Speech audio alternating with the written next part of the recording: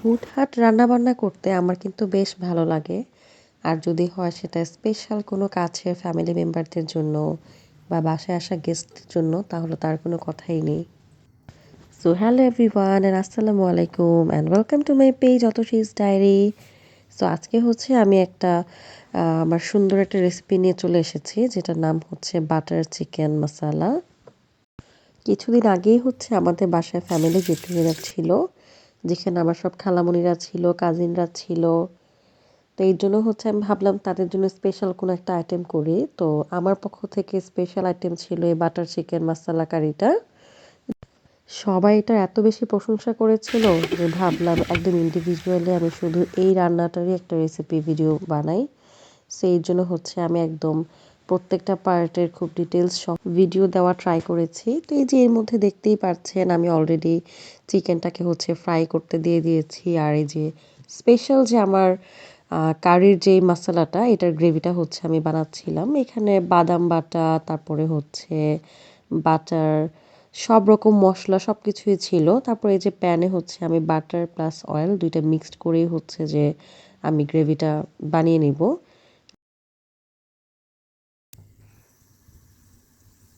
এত সুন্দর স্মেল বের হচ্ছিল যখন আমি এই গ্রেভিটাকে কষাচ্ছিলাম, তখনই সবাই বলছিল যে হ্যাঁ, এটা বেশ মজা হবে খেতে।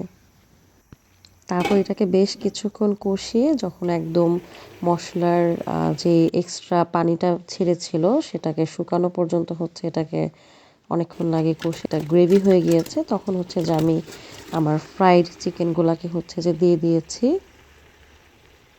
গ্রেভিটার সাথে চিকেনটা মেশানোর পরে স্মেলটাও যেমন সুন্দর আসছিল আর কালারটাও হচ্ছে যে খুবই সুন্দর লাগছিল।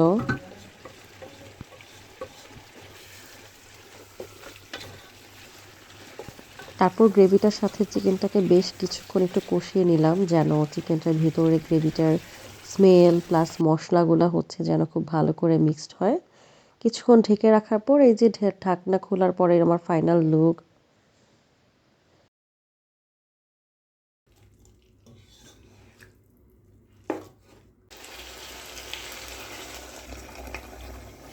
এর মধ্যে এই যে আমি একবার ক্রিম মিল্ক দিয়েছিলাম, এখন হচ্ছে যে আমি আবার ডাবল করে একটু ক্রিম মিল্ক দিয়ে নিলাম।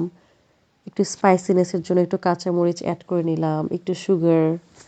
তারপর এই যে সবার লাস্টে চিলি ফ্লেক্স। চিলি ফ্লেক্সটা দেওয়ার পরে এটা কালার কম্বিনেশনটা আরও সুন্দর হয়ে গিয়েছিল। আর যেহেতু আমরা কুমিল্লার মানুষ একটু ঝালটা খেতে পছন্দ করি, সো আমরা সব কিছুতেই হচ্ছে যে একটু ঝাল না দিলে ভালো লাগে না।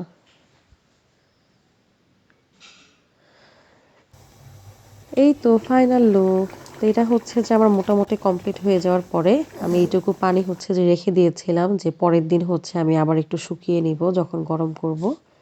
তো সবার লাস্টে হচ্ছে আমি একটু বাটার দিয়ে নিলাম।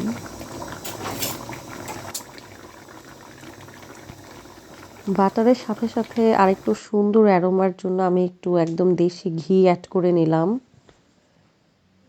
আসলে এই ধরনের রেসিপিতে হচ্ছে বাটার, ঘি, তারপরে হচ্ছে ক্রিম মিল্ক এগুলা টেস্টটাকে যেমন এনহ্যান্স করে, স্মেলটাকেও খুবই অ্যারোমেটিক বানায়, যেটা আমার খুব ভালো লাগে। আর যেহেতু প্রিয় মানুষরা আসবে, কাছের মানুষরা আসবে, সো যতভাবে স্পেশাল করা যায় আর কি।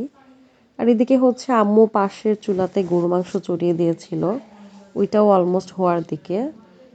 আজকে হচ্ছে কষিয়ে রাখবে, মানে যেহেতু পরের দিন দুপুরবেলা আমাদের গেস্টরা আসবে, সো আম্মু পরের দিন সকালে হচ্ছে এগুলা সব কমপ্লিট করবে যেহেতু অনেকগুলো আইটেম ছিল। তো here is the final look. বাকি ভিডিও থাকবে নেক্সট ব্লগে। সো আজকের জন্য এখানেই শেষ, অ্যান্ড থ্যাংকস ফর ওয়াচিং। আল্লাহ হাফেজ।